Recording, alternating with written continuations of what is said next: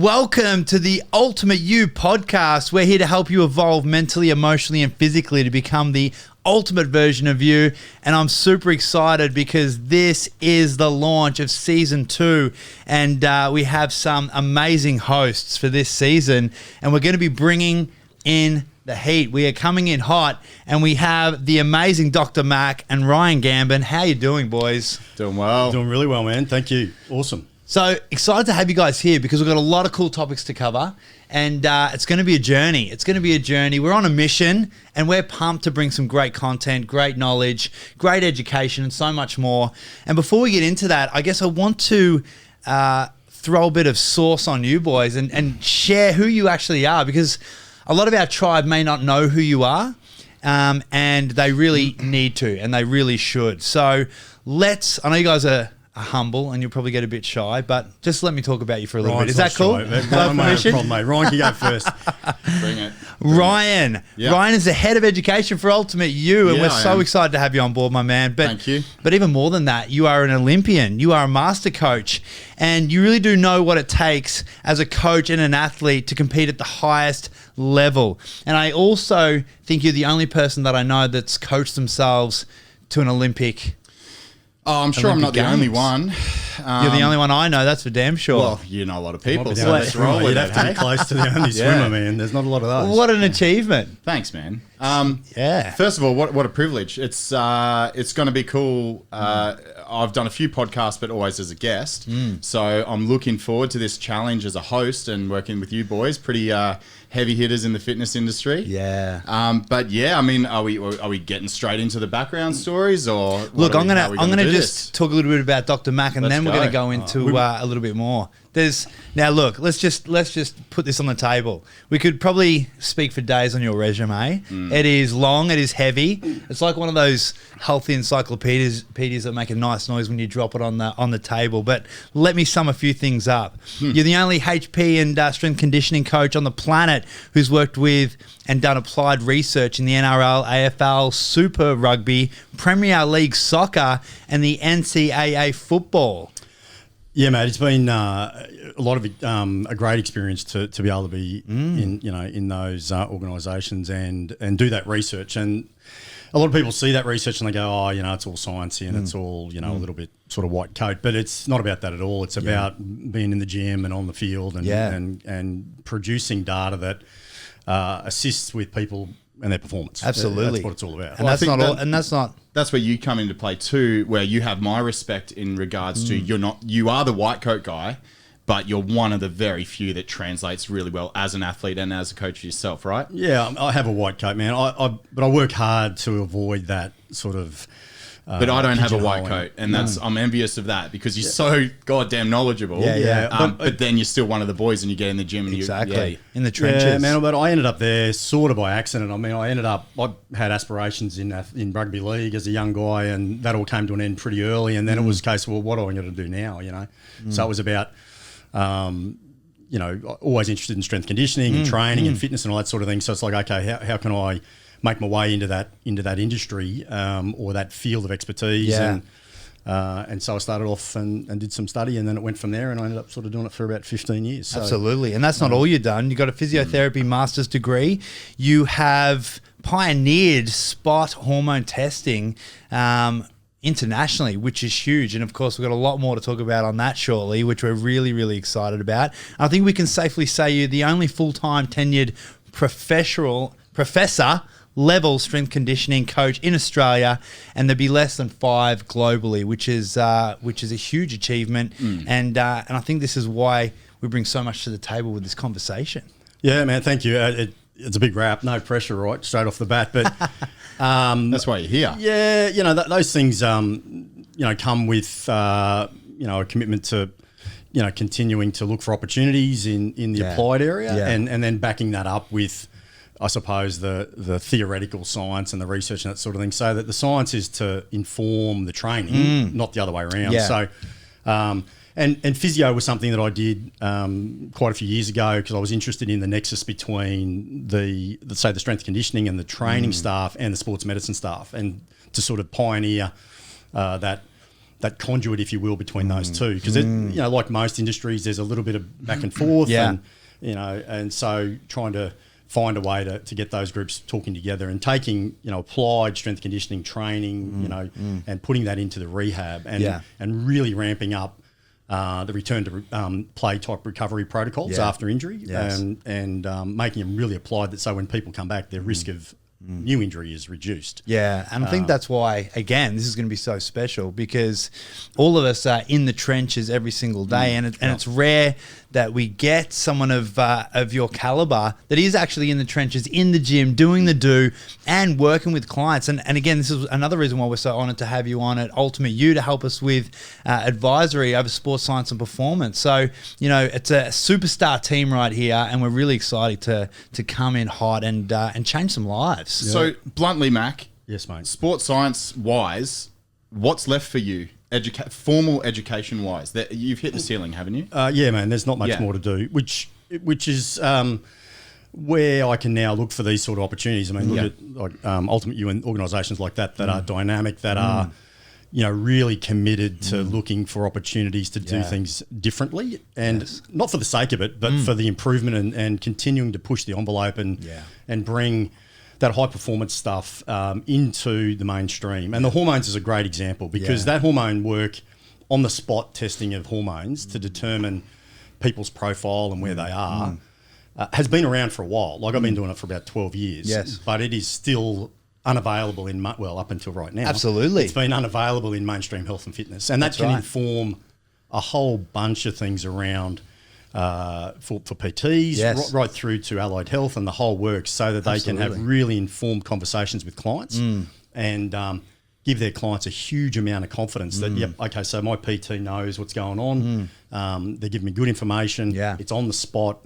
By on the spot, I mean 10 minutes, which is still pretty good in the hormone world. I mean, it's very good, because right now it's complicated. Well, there's now big barriers to entry. It's expensive. There's not a lot of education.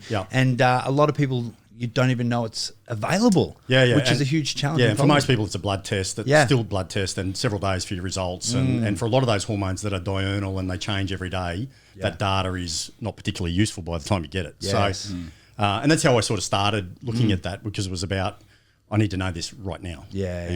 So that's cool, and we'll explore that in the next few episodes, I'm sure, and start to talk about things. Gonna need a few episodes. Absolutely, we will. Yeah.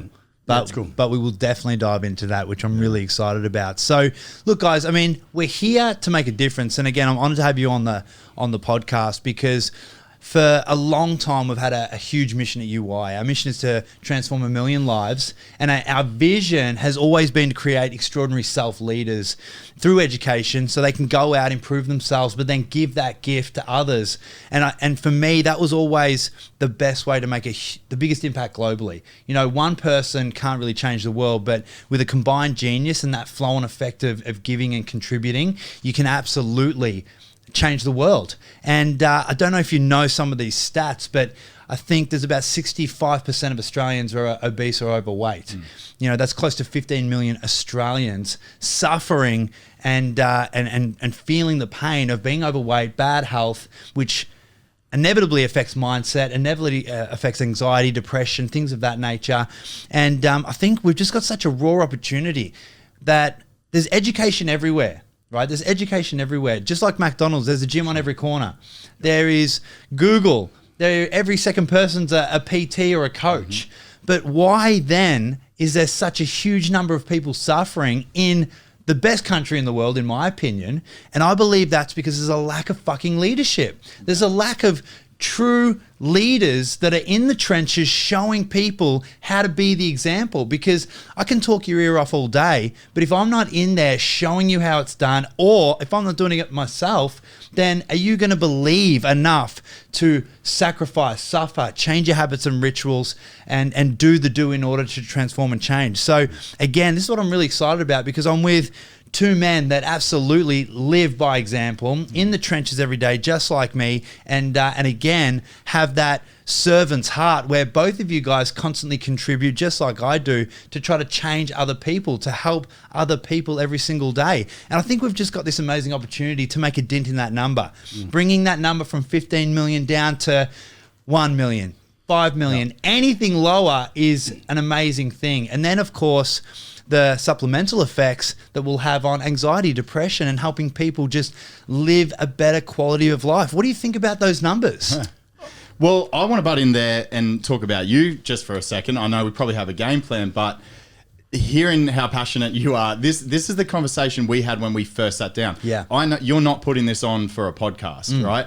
We sat down, and the passion that you had, and how basically, I think you're so transparent in your company, right? You're going to shoot a TV show, right? Yeah. And that's going to be big news. And that's basically in the name of transparency and saying, hey, this is what we do, this is how we do it, and check out our results. You can stick a camera in our face and see what we do. So, mate, you know I've got so much respect for you in regards to that transparency, but also on that mission to do exactly what you said. I know you're not putting that on for the cameras, and it's so cool to be around people with that kind of energy. Yeah, thank you, my man. I really appreciate that. 100%, man. And again, we've known each other for a little while now, and we've had a lot of chats off air and that sort of thing. And it's infectious, man. You know, and a credit to you with your brand that, like every brand in the market at the moment, it's been tough, right? 2020's been a really difficult year, and that's an understatement beyond anything. And we can talk about that in a minute. But so to maintain that intensity and that mindset of positivity, and you know what. We'll get through this, right? Yeah. Things will work out. And there's a really good opportunity for the industry and, ultimately you in particular to come through this. And we need a shake. And just, it needs a shake. Mate, it needs a massive shake at every level. Like it really does. And it's interesting around the whole industry requires a shake or a rethink around where it currently sits. And I think because where we've been in recent months around essential services and things like that is more a result of how fitness and gyms are perceived at a sort of a government legislative level, where they currently sit within the same sort of group as entertainment, sport, recreation, right? Exactly. So, and if you look at those, well, they're not essential services necessarily. Whereas my perspective is that it needs to sit within health, Absolutely. which is a completely different portfolio, and will really. If it was to happen to become under health, it would become a much different landscape. Yes. From a professionalism perspective, from an education perspective, and that's not exclusive in any way, shape, or form of people already in the industry, but it will give some structure to a great industry that probably needs some, and will give it the recognition that it deserves. And I'd like to think that somewhere in the conversations happening at a government level that can be achieved. But I think that's a big part of what we need to do. And you talk about metabolic disease and obesity. You want to talk about pandemics, man. That's the pandemic on the planet. Well, look at the death rate of heart disease and obesity mate, compared to COVID or anything else. Every 12 minutes in this country, there's a death from a cardiovascular related illness, right? Straight up, staring you in the face. In fact, I think it is the highest, like the most. Oh, no question. People die of that the most in Australia every year. Absolutely, no question. It surpasses any other cause of death. And so, again, if you're thinking about from that needs perspective, it's a massive deal, and it's about a whole range of things to do with education and lifestyle. What people see on TV and when it starts. It's got to start when kids are young. It's got to start with good information. I'm glad you just said that. I'm glad you just said that. Again, there are over 600,000 kids in Australia that are overweight or obese, and that's the most scary part. Now, you both have kids, right? Sure. 100%. And I think you guys know how important that is. And I really believe that if this number is going to shift in the future, that's where we have to be planting the seeds. Like the parents need to be educated in order to educate the next generation, in order to shift the full narrative of the next generation. And so this is, again, why I feel it's so freaking important and why the mission's so important and why we have to be so fucking consistent day in and day out.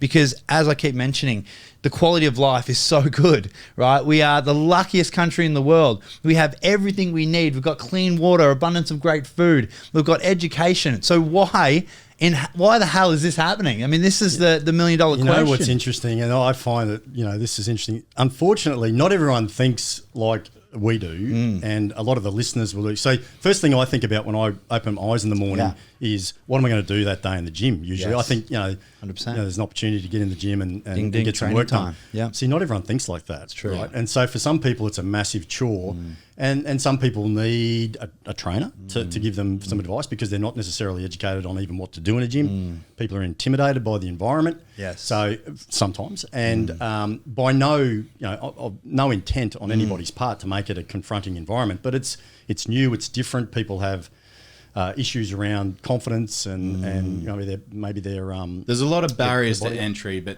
there's also a lot of buffers. For sure. Trainers, Yeah. information. Yeah. And let's, this is where I come in and I don't really beat around the bush. Like, let's just get serious. It requires a little bit of discipline. Yeah. For sure. And that's It does. that's a discipline muscle that if we're talking about children, again, I'm just going to be that black and white guy. Like, how does a child get fat? Overfeed it, under exercise. Yeah. Yeah, and there's a Sorry, huge genetic but- component as well. And actually, obese males have. There's actually a little bit technical, but there's actually a reconfiguration of sperm within obese males that increases the propensity for their offspring to be obese. Yes. So it starts. That's how early it starts. Yeah. I mean, it's mad. Yeah. And then it is nature nurture, right? And there's a bit of both here. So true. And again, I think it's about having a sort of a really consistent approach to it, providing lots of opportunities, so that it is as accessible as anything for people to experience. And that's why group fitness has become really popular, because people, and the tribe culture mentality, team mentality, people like to exercise in groups. Yeah.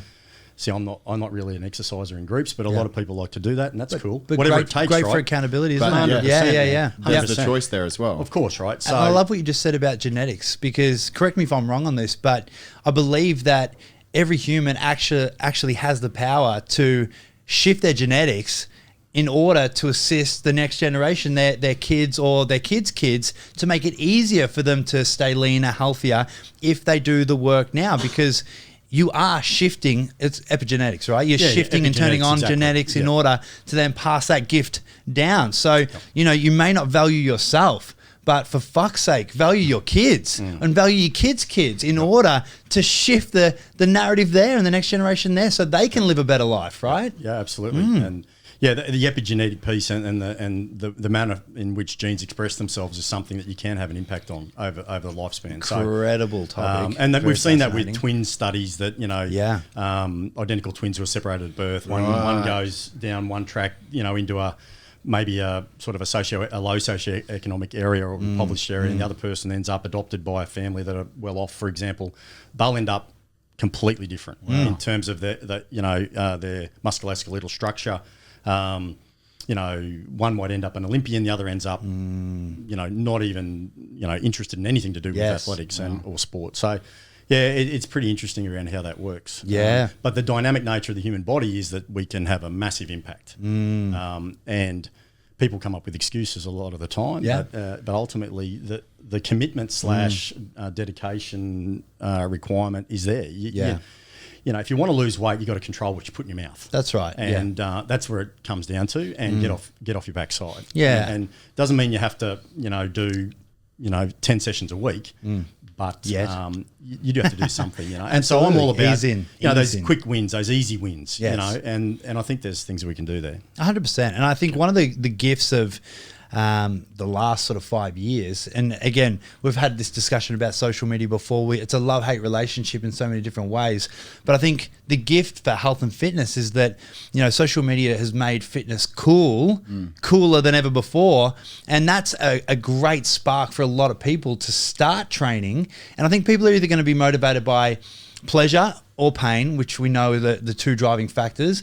Pleasure of being inspired by something or someone, or valuing your health, or one day, you're sick and tired of being sick and tired, you're looking yourself in the mirror, or you get sick, and then that's the pain, the motivator, the driver that helps you realize that health is true wealth. Now, I was whinging to both you boys last week because I was sick, being a little wussy boy, and I was hating myself. No. You guys are the worst caretakers. But even in that, being sick, just having the flu, I was like, fuck, man, I'm so grateful for my health. I'm so grateful to train and what that gives me mentally, emotionally, physically. So I think, again, we're in an amazing time to make a difference because of the reach, social media, obviously the expertise that we have too. And I guess anyone listening out there, you know, don't wait to feel the pain of disease or feel the pain of self-hate or self-loathing before you start making a move and improving your fucking life. Yeah. Is this where I apologise for my social media, my lack of social media presence? Don't worry, it's about to get ramped right up, my man. It is. Well, you're studying and growing your brain. We're growing our social media, so that's why we balance. So I'm jumping on the coattails. Hopefully, I'm a really good wingman. I got you covered, man. No worries. Absolutely, it's all good. No, I love that. So again, boys, it's going to be a great ride. I'm so pumped to have you guys on, and the impact's going to be big. Yeah. And I think the education that we're going to be able to provide is going to be huge. So again, really excited to get into it. What were your thoughts on the industry as a whole right now? I mean, COVID's hit. It's been a shocking, I hate to be negative, but shocking year for the fitness industry and everybody. I'm not going to just pigeonhole the fitness industry. Hospitality, a lot of businesses are suffering nationally and globally, of course. Yeah. And I've been right in the thick of it. You know, 18 centres shut straight away. The food businesses, everything's sort of closing down. A lot of people then, unfortunately, feeling that. Because they're locked at home, they're not able to train, they're not able to move, they've lost that accountability and inspiration. So a lot of people have been affected by this. What do you think about the state of the industry as it is right now due to what's happened globally with COVID? Well, man, you go. In a way, so I was affected initially because my gym closed, and then I'm a real hands-on trainer, so most of my clients are face-to-face. So, you know, necessity is the greatest motivator. I had to do something, so I got to work with trying to transition online. The good thing about that was obviously a lot more people are open to receiving their coaching online. Cool thing for me was I realized that I could do it effectively online. I was always I thought that it might have been one of those almost like a cash grab thing, or we're not, as a trainer, you're not going to provide the service well enough as we can face to face. Yeah. But I've been pleasantly surprised with the quality of the product that I can deliver through applications and websites, and guys help me on the back end and with my website and stuff like that. So for me, to be honest, it's almost been a little bit of a blessing. But in the general sort of health and wellness scheme of things, people have been struggling obviously just to get to the gym. So when their gym memberships stop, they stop. Now, Mac, has there ever been anything linked? Why is it that when we stop training, we eat like shit? Why is it not a natural human instinct that when we stop training, we go, okay, well, I'm not training, so I'm going to put in a bit more effort in my diet. Now, I'm guilty. Every single one of my clients are guilty of it. Don't know about you guys, but I'm pretty sure you'd be in the same sort of category. But can you give me a reason? No, I cannot, man. Other than I think I don't know. I mean, that's a lot to unpack, I think, at some point around the whole. Wouldn't it be like the natural human instinct to be like, okay, I'm not training well right now, I'm going to tidy up my diet? That should be the natural instinct. No, that absolutely should be. I think, I think we see that. I don't know the answer, man, to be perfectly honest. And I think if we can solve that, we're in real business. But it's the same with illnesses and things. Like people get sick and they go, oh man, I'm going to train hard and I'm going to do this and I'm going to do that. And then they feel better and they go, oh, maybe not, But I think, it's interesting to hear that that the whole thing's presented some opportunities.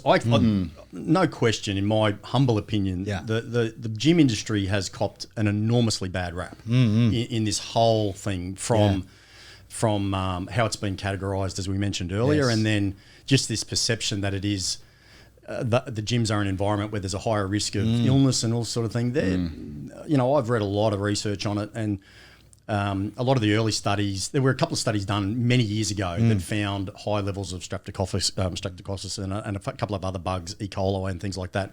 But there's nothing that I've read in recent times that suggests that there's any greater risk of infection in that environment other than any other environment. So I think the gyms have copped a really bad rap. I think it's just a bit of an identity crisis in terms of how it's perceived within the legislators. Lack of education there as well, yeah, surely. and maybe gyms aren't high on a lot of the poly's priorities. I don't know, but just what gyms are. I think it's evolved. They aren't, what they probably might have been in the 1960s and 70s. I mean, they've increased and cleanliness and all that sort of thing is a huge deal for everybody. Everyone's really mindful of it. The thing that's been lost along the way in this is what's called the social determinants of health. And when I hear in the media they talk about we got your health at mind. Health is not just the absence of disease. And if you look at any definition of what health is, and the World Health Organization definition of health, it is not just that you don't have an illness or a disease.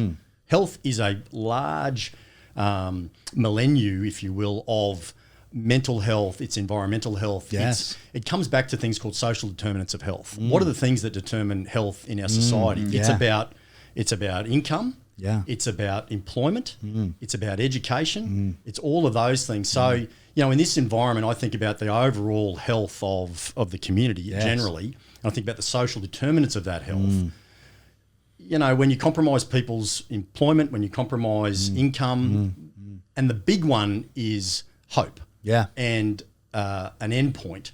So when you do those sort of things and you don't give people anything really to strive for, that presents a really challenging mental health position for everybody. And the other one is, even if we break it down right through to childhood experiences, I mean, HSC, you look at kids this year at schools and that sort of thing, it's been a mess, right? And so I think there's a big conversation here around multidisciplinary and multifactorial considerations. Absolutely. Because we keep talking about it, right?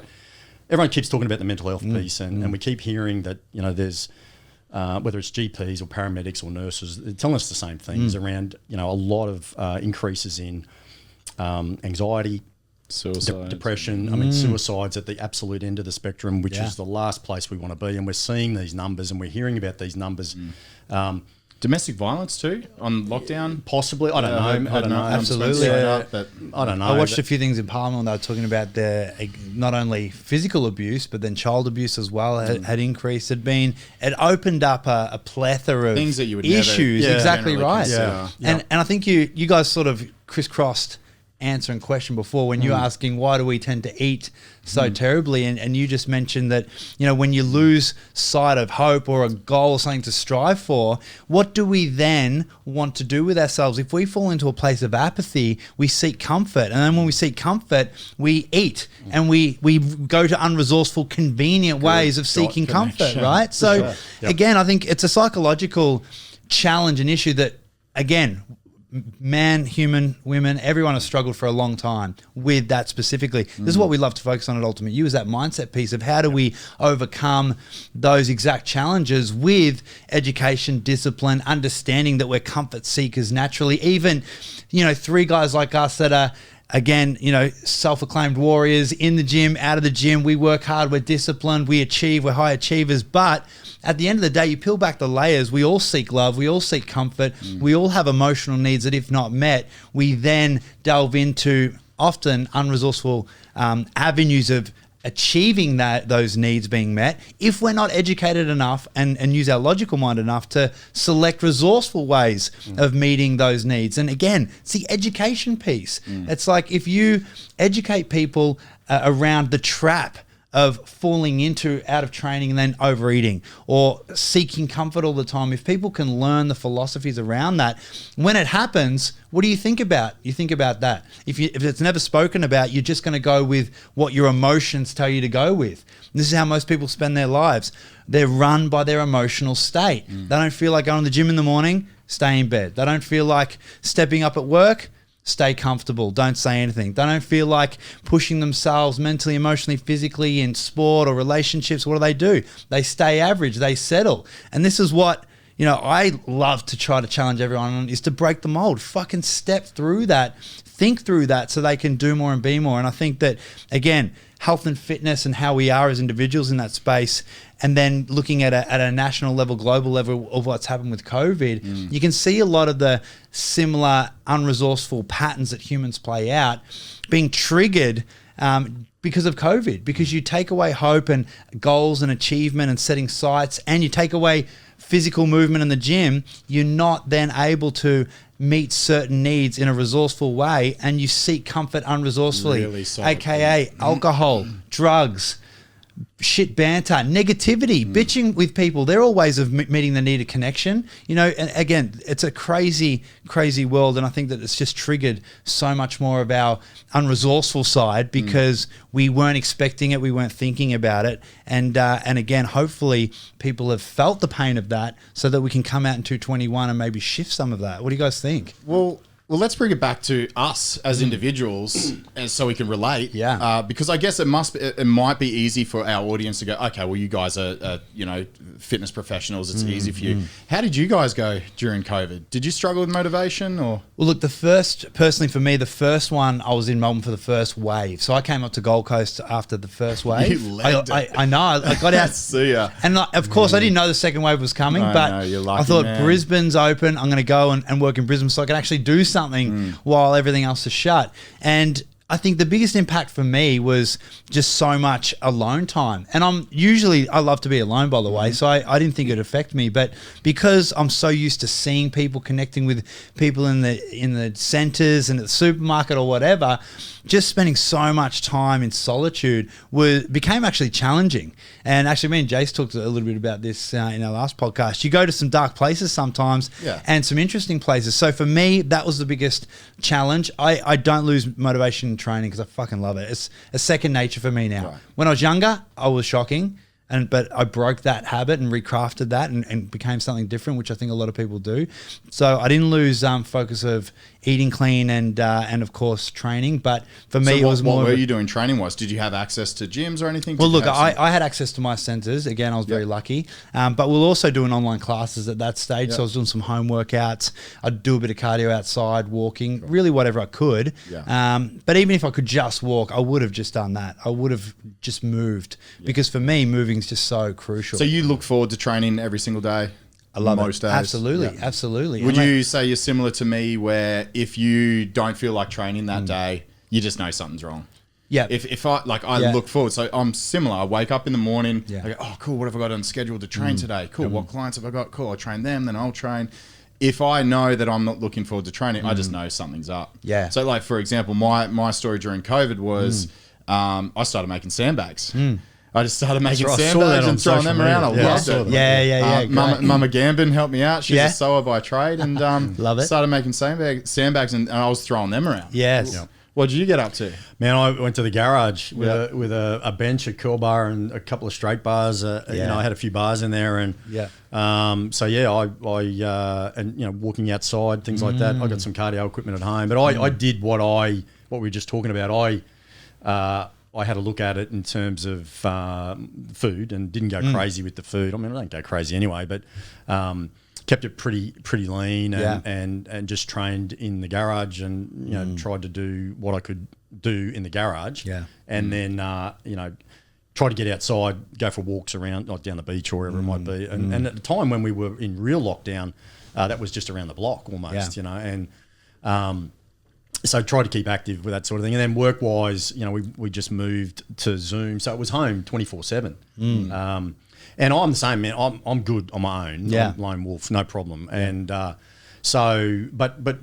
you do notice it. It was a noticeable shift. And just I was worked the whole way through though, but it was online. So I was actually busier with my university commitments than ever. Yeah, wow. Because it had to be revolutionised overnight, and that was a lot of work for everybody. So true. Yeah, so I really didn't have time to scratch myself. So, but I think the thing that I'm mindful of right now is future proofing this industry to come out of this, because it'll be whatever it's called, I don't even know, but there'll be a COVID 23, there'll be a COVID 25, there'll be something else as it comes around, and as it does, viruses are part of our world, and they always have been and they always will be, which is why I have a lot of frustration with the term eradication. The genie's out of the bottle, right? And it's not going back in. And so this narrative that we can eliminate the virus from our world is in my view, my personal view, an unrealistic view. And this is not a forum to get really political on it, but the education piece is huge. And by that I mean the information that's provided to people. And, for people that sit at home, that their only access to information is the 6 o'clock news, that is a fairly narrow... bias? Well, perhaps, yeah. I mean, that presents some information. And so not everyone has the capacity to read around topics and be much more informed, Whereas so I'm on a bunch of editorial panels and I'm seeing research and I'm seeing it as it rolls out day to day. And this thing's evolved, and by that I mean our knowledge around this virus, which in the early days was really ambiguous. I mean a year ago. Back in late last year, there was not a lot of clarity around what we were dealing with. And anyone that knew me back then, I said this could be very bad. Much worse than it's been and currently is, because there are versions of coronavirus, and we can maybe do a podcast sometime and talk about it in depth about how it works, because it's a family of viruses, and everyone I think knows that. But there are versions of this thing that are cataclysmic to life, and that's a really confronting conversation that we don't want to necessarily have to ever face. But there's a porcine version of this thing that is apocalyptic to pigs. Now, it hasn't jumped the species barrier, and let's hope it never does. Yes. And not to belittle this virus at all in terms of its pandemic status, but again, a pandemic is not indicative of the I suppose the virility of the virus. The pandemic means that it is an illness or a disease that's crossed the border.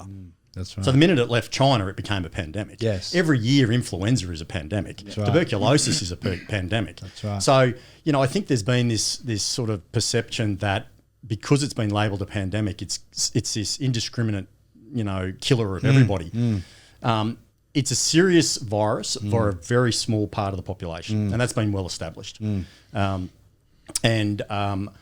I think I'm sort of heading down a track I don't really want to go in this chat, but I think we can future-proof this industry with absolutely good strategies around how we are currently managing it and how we can implement things right now around our gym environment, everything from air quality to surfaces to how we operate within gyms and that sort of thing, to ensure that we're putting gyms, health training facilities is a better term, I think. Yes. In an environment they are perceived as being safe, and individuals can go in there with a level of confidence around their infection risk, and just get on with it. And ideally, we'll see the industry perceived as much more under the health portfolio than entertainment. Yeah, which it definitely needs to. I think it needs to. And that will require a shake, though. That'll require a real reconfiguration of how it's currently managed. Yeah, and the right people communicating to the right people in Parliament, etc. And I think there's universal goodwill of organisations that currently exist within the fitness industry to do that. But that'll just be a process of trying to work out how that can happen. And the Relentless podcast, good start. Absolutely. Ultimate You podcast. Yeah, it needs to 100%. It'll evolve. Hopefully it'll evolve. And I'm trying to position myself into scenarios where I can be involved in that conversation. Absolutely. And look at it from a fairly pragmatic perspective, but also from the science. Yeah. Because it's evolving. And as I said, what we knew about this thing in January is remarkably different to what we know now. That's right. Yeah. And we now know a lot about the virus, how it works, who it affects, who's at greatest risk, which at the very start it was holy dooly, what are we dealing with here?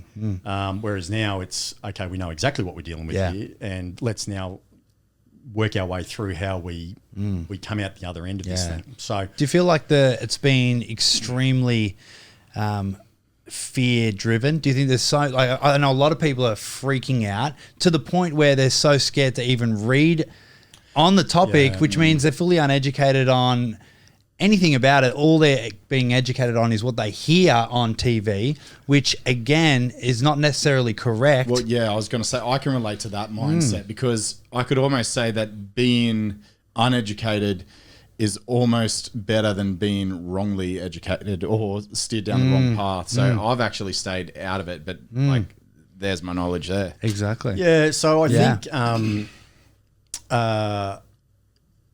really clearly articulated information is really important.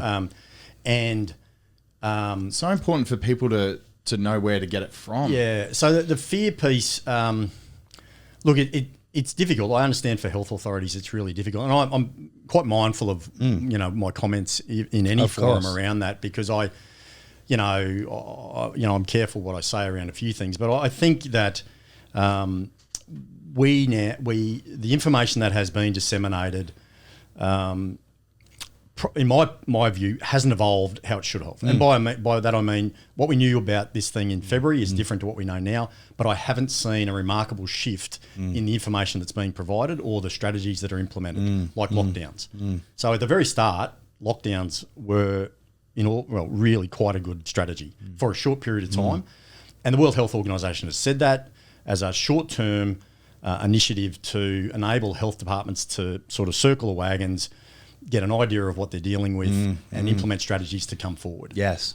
They've never been suggested in any forum, and even the Prime Minister at every level of government have said that, they're not a long-term strategy. And so, and I don't think we want to get into the political nature of that, but I think that it is a serious virus, again, for a very small part of the population. All the information is readily available. If you go to health.gov.au, all of the data is there.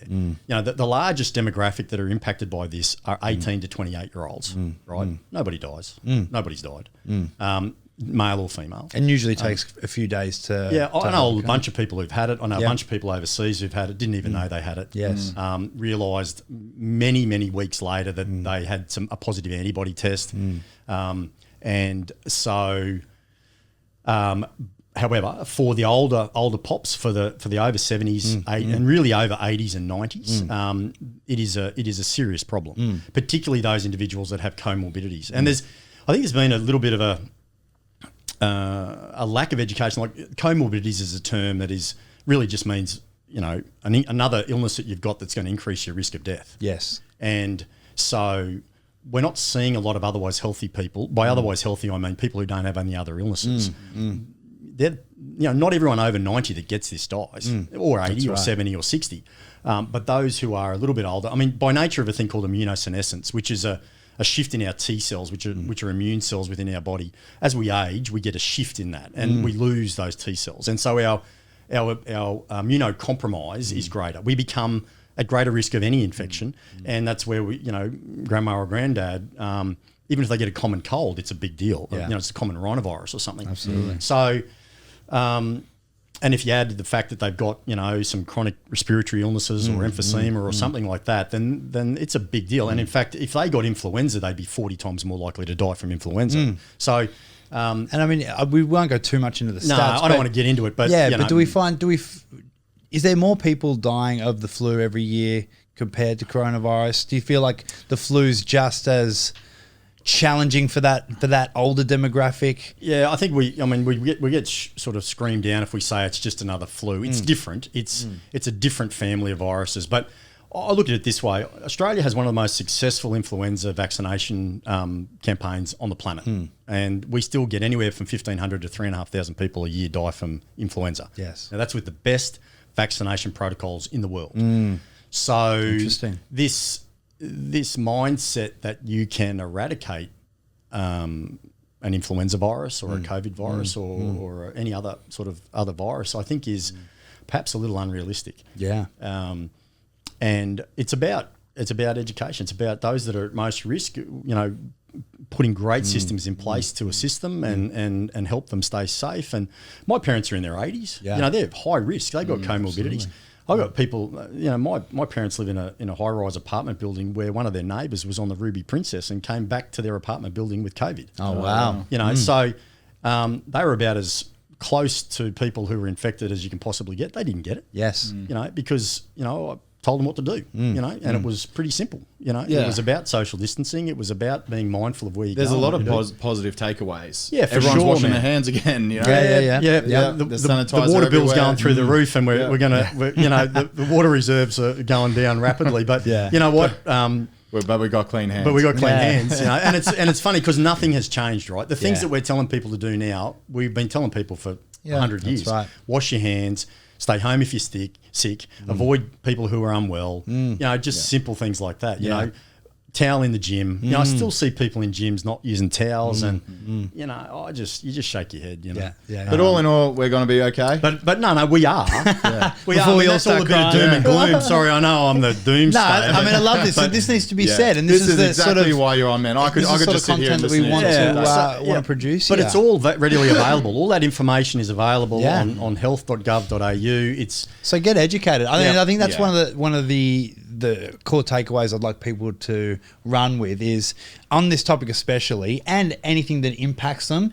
Don't just parrot information and listen to. Don't even take our word for this for what's going on. For sure. Go and read. I mean, I got admittedly quite frustrated throughout this, just with the amount of people that I knew that unfortunately didn't read into a lot of the stats and a lot of the information, even with the legislation. And so, again, I think it's so important that that we all take the time to start reading a little bit more, getting educated a little bit more on topics that are going to impact us in such a huge way moving forward. And this is definitely going to be one, as we just said, this is not going to go away especially in regards to some of the legislation and the impact of restrictions that we've been gifted from the government moving forward, and of course things are going to be changing quite quickly with technology. And I think that that everyone needs to be really well educated to either agree or disagree to what's going to be happening. Well, speaking of moving forward, you're in a unique position as CEO, Ultimate U Change Centres.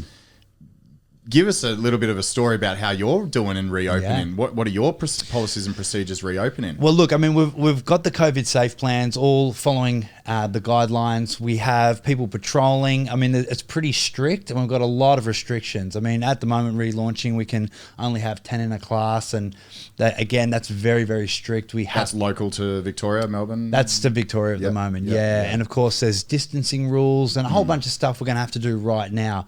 But of course, during this whole period, we took the time to really improve our company, improve what we're doing, bring on some big guns like you guys, and a few other core players, as well as restructure systems and processes and programs. And I'm really excited to reopen because we've got so much to give, so much to deliver. But I do know things are going to shift moving forward, and also we've got to be mindful that this may happen again, restrictions may happen again, and I want to be prepared more than ever. But I also am not going to let the fear of that or the thought of that stop us from really pushing the industry forward. And I think, again, another huge opportunity we have is I want to innovate the industry. I want to do something different and break the mold. And I know what we're coming out with in 221 is going to absolutely do that.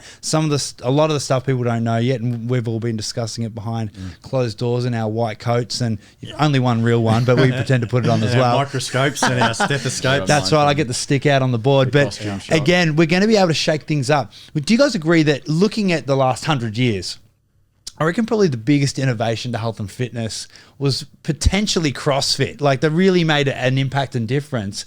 And I think aside from that, there hasn't been much that's really shaken the industry up and brought a new level of standard of results, etc., to the mainstream. And I think that, again, this is something I'm really excited about.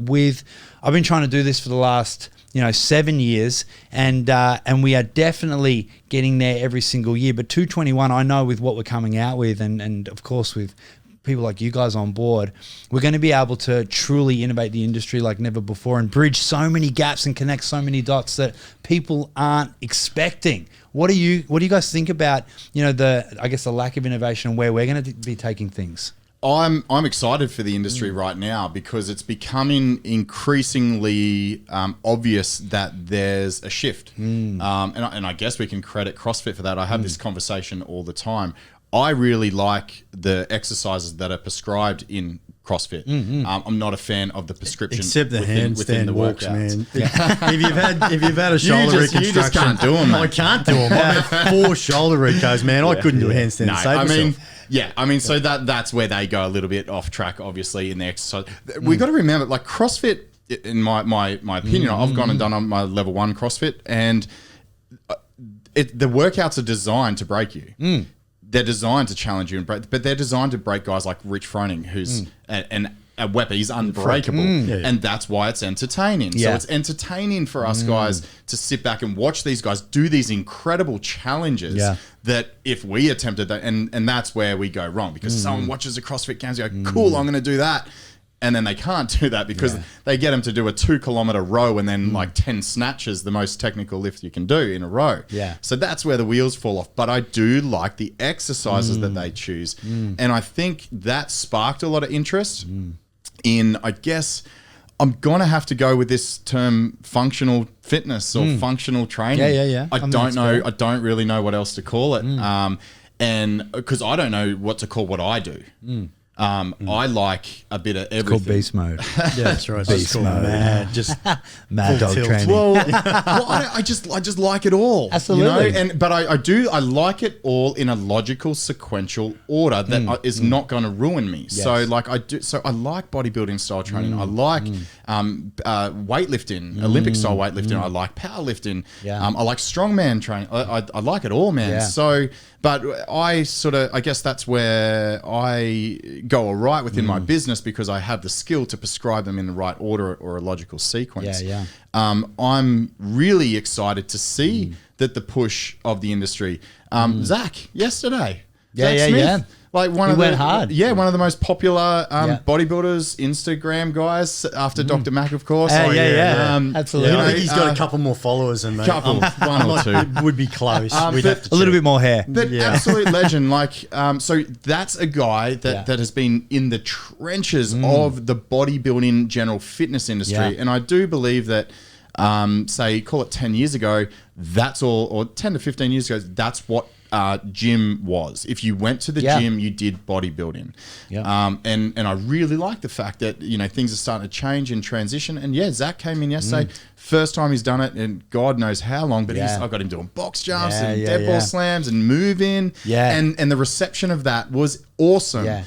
Really good for me because, you know, I had a heap of people hit me up and go, hey, what's Zach doing, you know?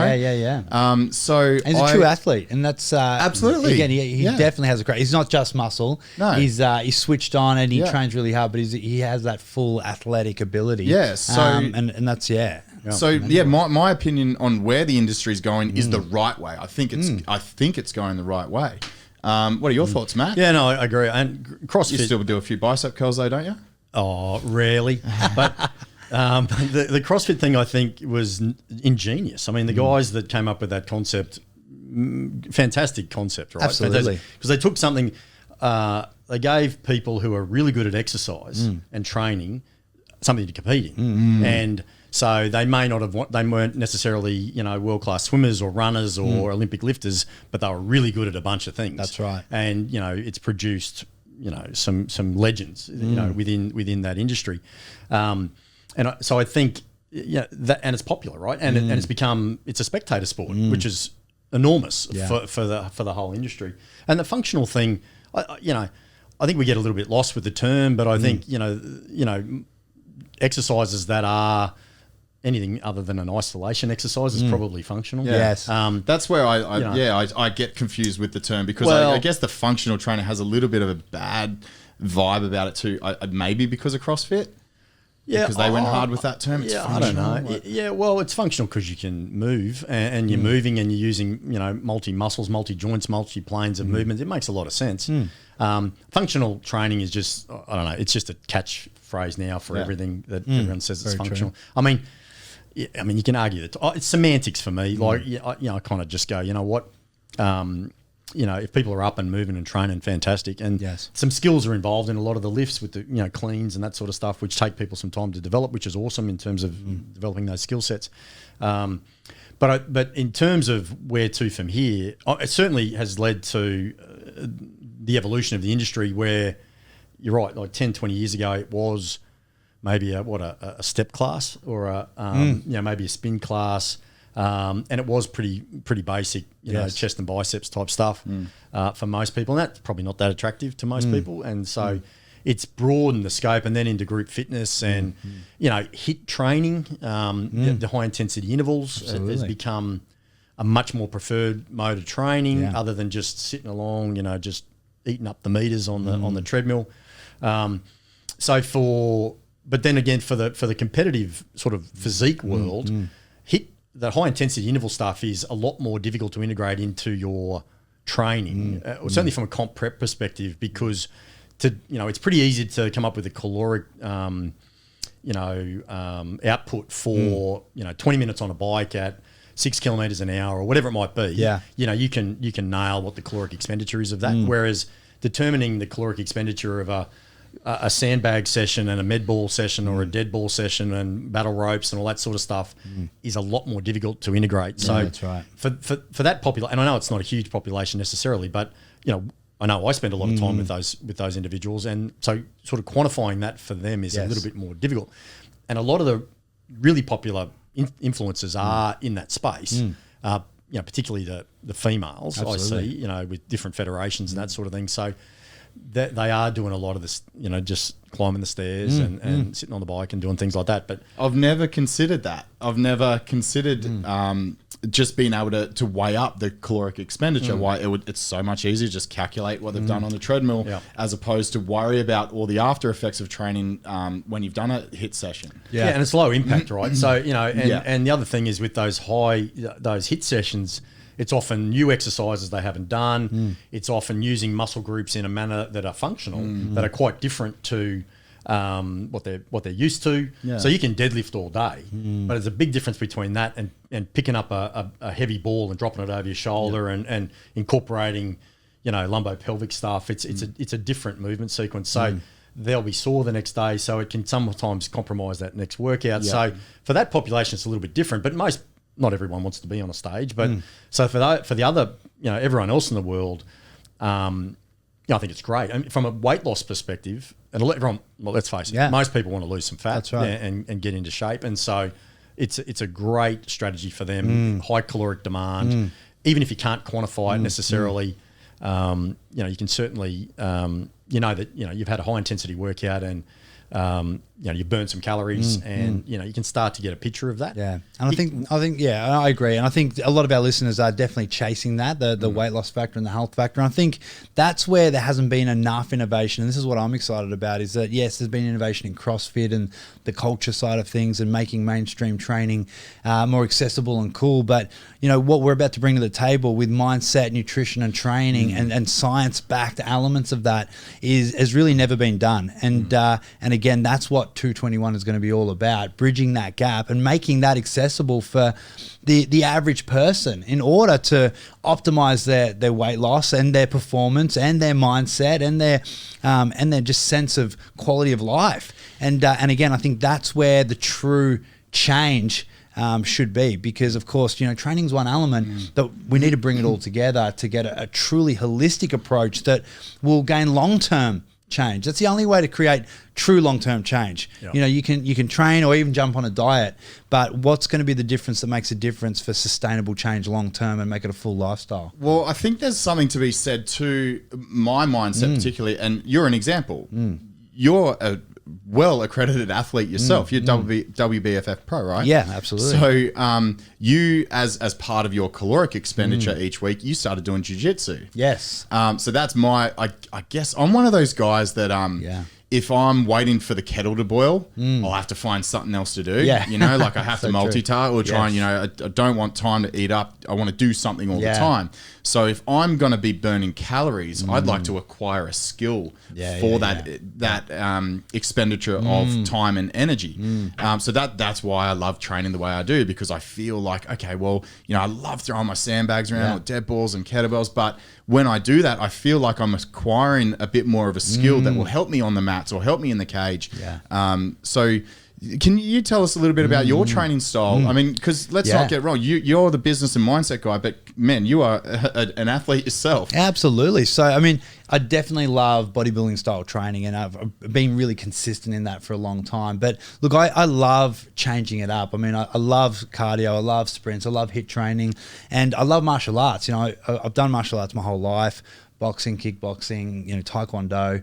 And then, of course, I've started doing jiu-jitsu lately, and it's just a whole lot of fun. So I do like to stay quite dynamic, but one thing that's always consistent is the bodybuilding style training, always just trying to get leaner and bigger. And that's really where Ultimate You started training wise, was, you know, we've helped over 250,000 people across Australia lose weight and increase their physique. So even last year alone, we've helped people in Victoria and Queensland lose over 80,000 kgs through our philosophies and through that sort of strategy. So, you know, with my training, it's just all about consistency. I do like to keep it dynamic and shake things up, but you know, my heart really is in the physique and bodybuilding world.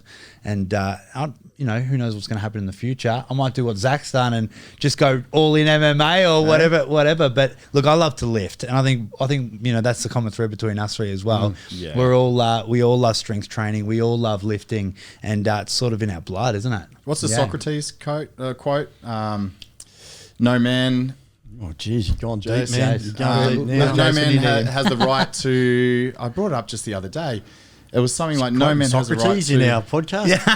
Man, I'm going to have to bring my A game. We need to come back to that quote. Hang on a minute. You're the intelligent guy. I'm just trying to throw down with you. Yeah, absolutely. No, what is it? No man has the right to... It's basically no man has the right to not...